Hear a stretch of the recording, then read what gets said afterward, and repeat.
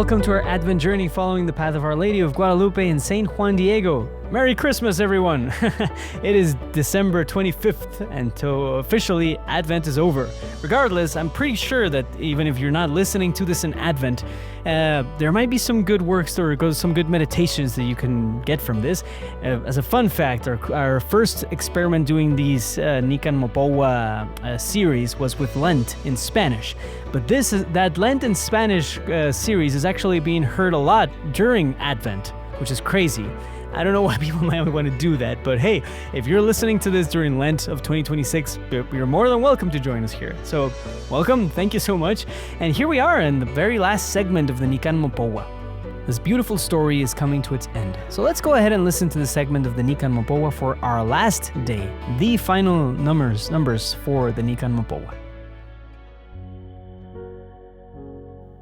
And when Juan Diego showed the place where the Lady of Heaven had asked for her sacred house, he requested to leave to return home to see his uncle, Juan Bernardino, who had been so gravely ill when he left him, and for whom he had gone to call a priest in Tlatelolco, though the Queen of Heaven had told him that he was already healed.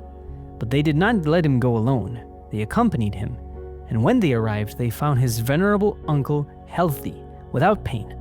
He himself marveled at how his nephew was so honored, so well accompanied. He asked him why such things were happening, and Juan Diego told him.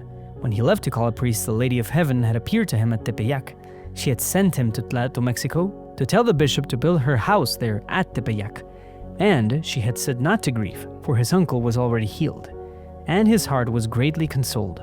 His uncle affirmed that it was true, that at that very moment she had healed him. He said he had seen her in the same form in which she appeared to his nephew. She had sent him also to the bishop to tell him everything, and she revealed to him as well the name by which she was to be invoked, the Perfect Virgin Holy Mary of Guadalupe, her beloved image. They brought Juan Diego to the bishop that he might give testimony, and together with his nephew Juan Diego, the bishop lodged them for several days, while the sacred house of the Maiden Queen was raised at Tepeyac, the place she had shown to Juan Diego. Later, the bishop transferred the precious revered image of the beloved celestial maiden to the great church. He brought her out from his palace, from the oratory where she had been, so that all the people might see her, marvel at her holy image. And absolutely all, the entire city without exception, were shaken in wonder when they came to contemplate her. They came to revere her as something divine. They came to present their prayers before her. They marveled at the miraculous manner of her appearance, for truly no human hand on earth had painted her beloved image. This is the end, my friend. There's no more words to the Nican Mopowa. It's a beautiful text, and hey, let's give it a break. Honestly, I know there's some very interesting wording that sounds kind of like a poem, but it's a translation. I do feel like the translation in general is not something that's very discovered in English. So a good linguist, yes, could polish this translation for us, and we can do another series, an updated version or edition of these Nican Mopowa series, because in its in attempt to be poetic, it makes sense in Nahuatl, the original language. It makes sort of a lot of kind of sense in Spanish. I'm pretty sure it's not the best in English. But it's been wonderful still. Like, the message stays the same. This beautiful story is about smallness. It's about humility. It's about conversion. It's about presenting yourself honestly to God. And it's also, like, if one thing you can take away from this, it's the love of the Blessed Mother for us, in a way in which she presents herself in a manner in which we understand, in a manner in which we speak. The Blessed Mother spoke Nahuatl to Juan Diego, and she spoke as her image is. A codex is an Aztec codex. The Aztecs wouldn't have handwriting. They would have these images that would just translate into messages that they would clearly understand. Well, Our Lady of Guadalupe, the image is a codex. So that's why millions of natives converted after seeing the image of the Blessed Mother, because she spoke so much to their brokenness, to their story as a defeated people, as a conquered people, as an oppressed people. Well, that is where the Blessed Mother wanted to enter. And that is where she wants to enter into our lives. Yes, there's a social aspect in which she wants to speak into, regardless of your race or your background, there's also a personal side that she wants to speak to. And that's the most important. She wants to heal your heart as she healed Juan Diego's heart. The miracle of Guadalupe, and the reason why she is such a great evangelist, is because she speaks into other realities.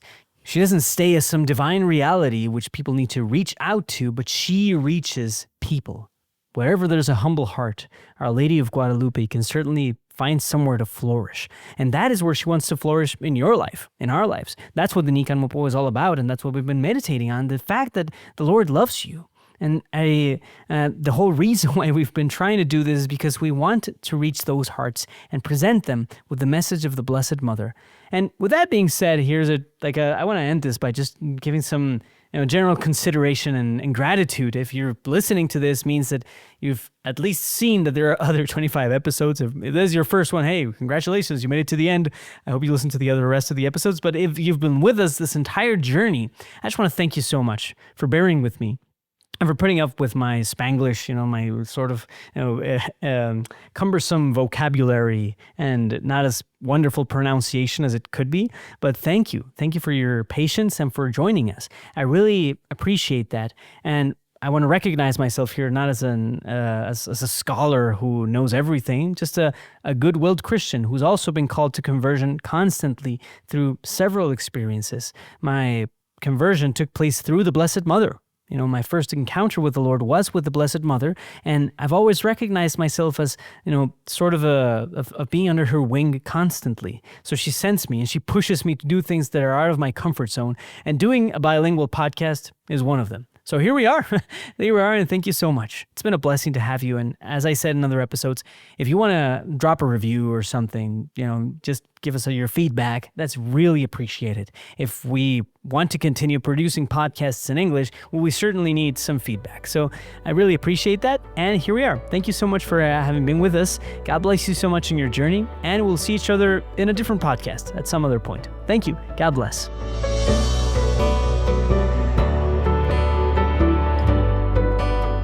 This podcast is brought to you by Juan Diego Network, a project by Juan Diego and Friends Incorporated, a nonprofit seeking to attract people on the internet to in-person Christian community and the sacraments. Visit JuanDiegoandFriends.com to check out our other missionary initiatives.